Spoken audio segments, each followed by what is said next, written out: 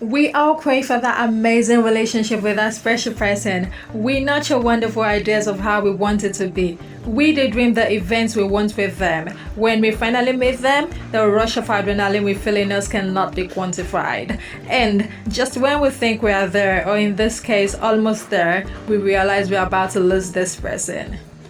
As the fear of losing this person creeps in, we become confused and wishing to know what we didn't do or did wrong and why we are in these unforeseen moments with this person.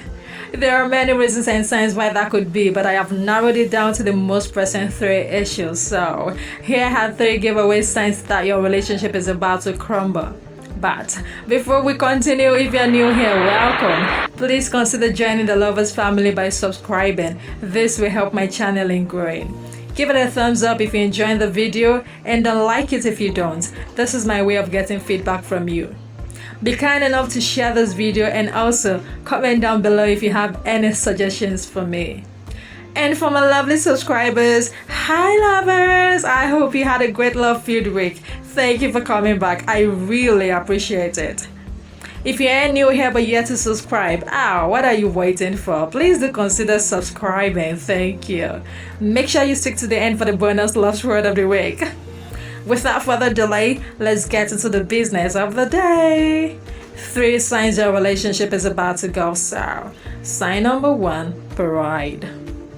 In the beginning of every relationship, we all bring our best foot forward. We laugh at the silly, not so funny jokes. We give extra preparation to the dress we wear and the shirts we put on to meet them. We don't mind calling this person over and time again. We chat non-stop and almost escort each other back after a meet out. Many text messages and very high level of checking up on them. But as the relationship grows, we withdraw ourselves. It becomes a competition of who is the first to call and taking offenses in things like, I texted twice yesterday, they texted back once. We take our minds from the goal of making the other person happy and place it on ourselves. We suddenly want to be in charge. We no longer wish to serve, we want to be served. We wait for the other person to apologize even for our own faults. We are the one that nagged, we are the one that still think we deserve that apology. We play the victim card at every given opportunity and drain our partner emotionally.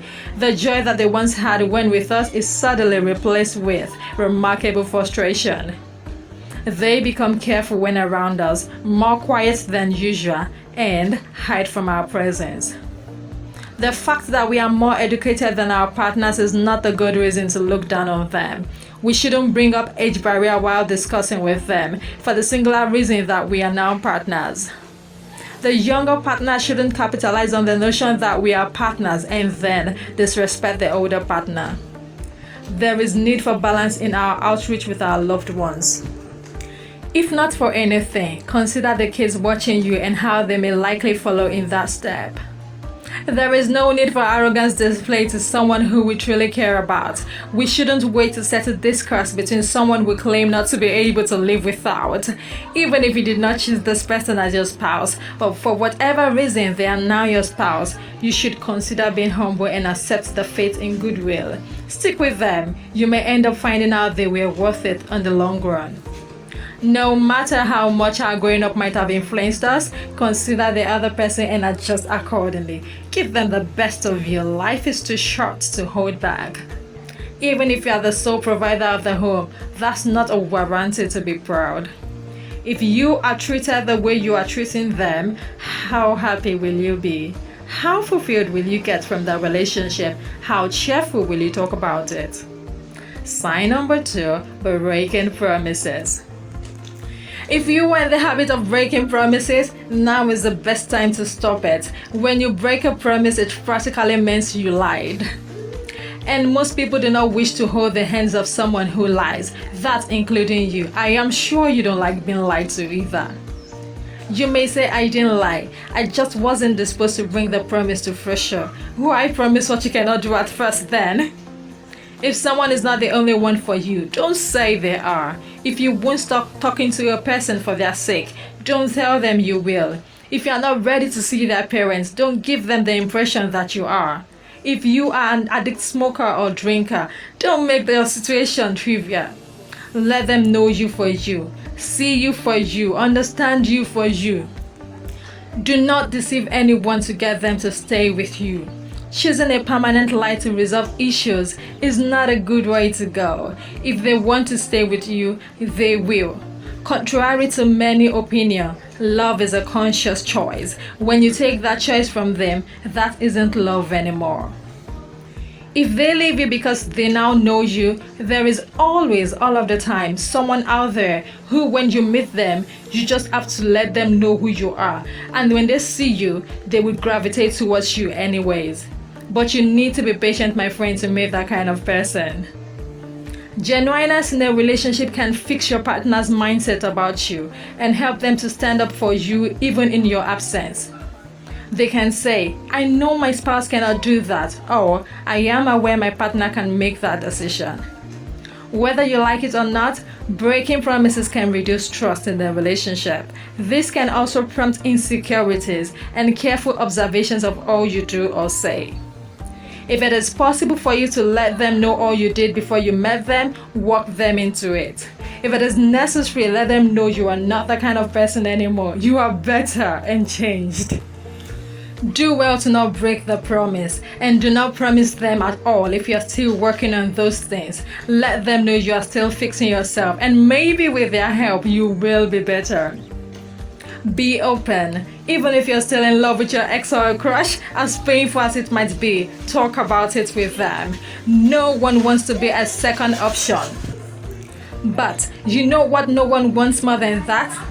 It is being deceived that they are the first option because they can actually see it in you. But owning it up to them, let them see you as a sincere partner, and that gives them peace of mind. Do you know that people go where they have peace more? That is a thought for you. Sign number 3, family and friends influence. This is very tricky because you have known these people all your life, sometimes longer than your partner. So, when it is looking as if the choice is choosing between them and this person who just know the right way to trigger your morale, in Nigeria we call it press your momo button, it is a big dilemma. A terrible crossroad indeed. But normally, there shouldn't be a reason for you having to choose at first if everyone knows their place and adheres strictly to the rights they have. When a single mom doesn't know how to let go of her son to love the new woman, this is going to be an issue. When a parent does not know when to not interfere in their children's decision and still want to babysit the child in his relationship, signifies intensely that they do not trust the child, or rephrased, the child is not yet ready for that big step then. Seeking relationship counsels from old folks isn't a bad idea. After all, they were in it before we are. But one has to be careful when following it. You have to be able to master how to sift through advices carefully. Consider the generation type lapse in the advice. Does it still work in today's world? Telling the 21st century husbands not to help their wife in the kitchen, for example, cooking the meals, doing the dishes, taking out trashes, getting the groceries from the supermarket, spend time with the kids or wash their own clothes, and so on, because it is the work of a woman, would not meet up in this era. Likewise, advising a man not to allow his wife spend on the family or him, or even allow her work, would jeopardize the financial buoyancy of today's family, as most women even earn more than their partners. Understanding when to gently reject advice matters a lot, and in a bid to not offend our elders, we may be pushed to implementing some of their requests, whose consequence we alone will truly bear. Some friends are so keen in not allowing you be with your partner because they are worried you wouldn't give them the attention that you once gave to them. Most would prefer everyone remains single in the cycle, and when you're in a relationship, it doesn't go down well with other members of the cycle. If you are in the business of receiving validation from your family and friends when you meet a new person, you should consider growing up to know what you want. Some relationships have hit the rock bottom because they have been rejected by family members or friends. When there's a genuine reason for the rejection, please consider their point and ask them if it is workable. It is true that because we are in love, we do not see as much as the other person would see. And sometimes in some cases, we choose to ignore what we see, believing we can manage the situation. A third person eyes is needed to see if we are approaching doom or right direction. In the case of no true justification to their rejection, you should consider other available options. Bear in mind that not all family members and friends truly want your happiness. And some of them have issues in their relationship and marriages, and you not having one is something they cannot fathom. As such, they do not believe you have a great relationship, or if they do believe, do not want you to have one. Always cross-check on the background of every advice you get from people who matter to you. You do not want to hurt their feelings. You also do not want to hurt your partner's feelings too. And if you come to the point where you don't know what else to do, go with a gentle voice within. It is never wrong. In all, find the perfect way to merge the situations. In most cases, parents and friends eventually come around to understand the decision if you stick with the choice of being with your partner. While if you choose your parents and friends, your partner ends up getting married to another person. No one wants to wait forever, you know. And which hurts more, seeing someone that makes you happy in the hands of another person, or momentary distance from your family and friends? The choice still remains yours. Here we have it, the 3 signs that could be creeping in to make a relationship sour. Don't forget to give this video a like if you enjoyed it, share if it impacted you, and turn on the notification bell beside the subscribe button after you subscribe to get notified when I post a new video. And yes, to the bonus I promised earlier, it is found in Proverbs 19 verse 3. It says, "People ruin their lives by their own stupidity, so why does God always get blamed?" You already know that translation is from the Message Bible. I just love how it sounds. That will be all for this video. You have a love-filled week ahead. Until my next video, it is a bye.